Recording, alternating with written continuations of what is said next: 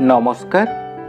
आज आसतु शुणा ओडिशार घरे घरे परिचित गोटे बेस लोकप्रिय कहानी बौला गाईर कहानी।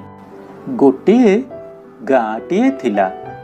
सेही गाँ रे बौला नामक गाईटीए रहुथिला। बौला देखिबाकू खूब डौल डौल एवं बहुत सुंदर थिला। से खूब शांत स्वभावर थिला। से सभी को बहुत स्नेह आदर करुथिला। बौला को तार सुंदर स्वभाव तथा सरलता पाई समस्ते बहुत भल पाउथिले। बौलार गोटिए गुलुगुलिया छोट बाछुरीटीए थिला। बौला तार कुनी बाछुरीटी को बहुत भल पाउथिला। सबुदिन बौला तार कुनी बाछुरीटी को पेटे लेखाए क्षीर पियाई जंगल भितर को घास चरिबा को चली जाए। संज नईबा आगरू बौला तार बाछुरी निकट को घर को फेरी आसे। माँ छुआ एमती भावरे खूब खुशी रे थिले। से दिन सबुदिन परी बौला ता छुआ को क्षीर पियाई जंगल को घास चरिबा को जाई थाए। जंगल मध्य कौलिया घास चरु चरु बौला से दिन जंगलर मध्य भाग को चलीगला। सेठारे हठात बौला गोटाए बाघ हाबुड़े पड़गला।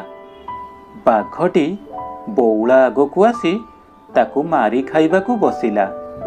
बाघ को देखी बौला गाई भाविला आजी तार जीवन एइठारे ही गला। बौला गाई एथर बाघ को कहिला, बाघ भाई मोते एबे मार नाही।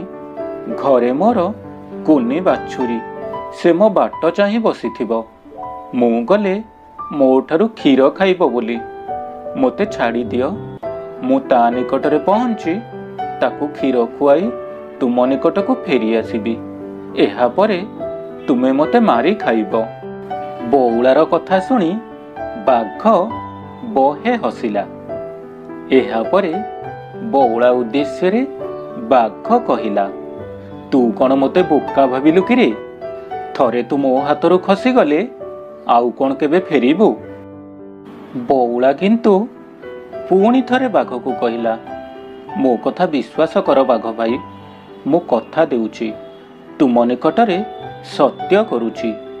मो छुआ निकटरे पहुंची ताकू क्षीर खुआई शेष थर पाई मन भरी गेल करी तुम निकट को तुम आहार हेबाकू निश्चय भावरे फेरी आसीबी।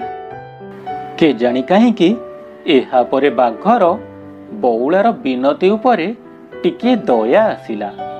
एहा परे से बौला को ता छुआ निकट को पठाई देला। बौला एथर दौड़ी दौड़ी ता छुआ निकटरे जाई पहुंचिला। निजर गेल बसरर कुनी छुआटी को बौला मन भरी पेटे क्षीर पियाइला।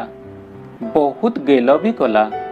से तार कुनी बाछुरीटी को कहिला, धनरे मोर कथा गोटिए सबुदिन मने रखिथिबु। काहार भी केबे भी टिकिए खराब चिंता करिबुनी। काहार किछि क्षति भी करिबुनी। सबु समय रे सत ही कहिबु। सभिंक सहित एथर तू मिलीमिशी रहिबु। एहा परे बौला तार छुआटी को एका छाड़ी बाघ निकट को फेरी आसिला। बौला को फेरी आसिबा देखि बाघर आश्चर्यर सीमा रहिला नाही। से निजकू मध्य विश्वास करि पारिला नाही।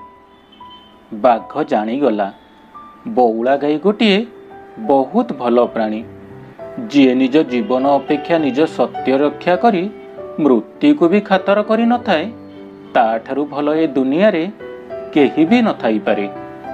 एहा परे बाघ बौला को कहिला, तू तो सत्य रक्षा करी निज जीवन को खातर न करी मो निकट को कथा अनुसार फेरी आसिलु।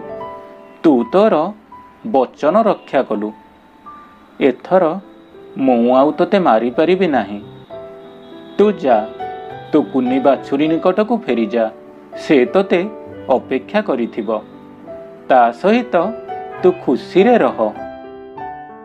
ଶେଷରେ ବଉଳା ଗାଈ ଖୁସିରେ ତାର କୁନି ବାଛୁରୀ ନିକଟକୁ ଫେରି ଆସିଲା। ଏହି କାହାଣୀଟିରୁ ଆମେ ଏଇ କଥା ଜାଣିଲେ ସଦାସର୍ବଦା ସତ୍ୟର ହିଁ ଜୟ ହୋଇଥାଏ।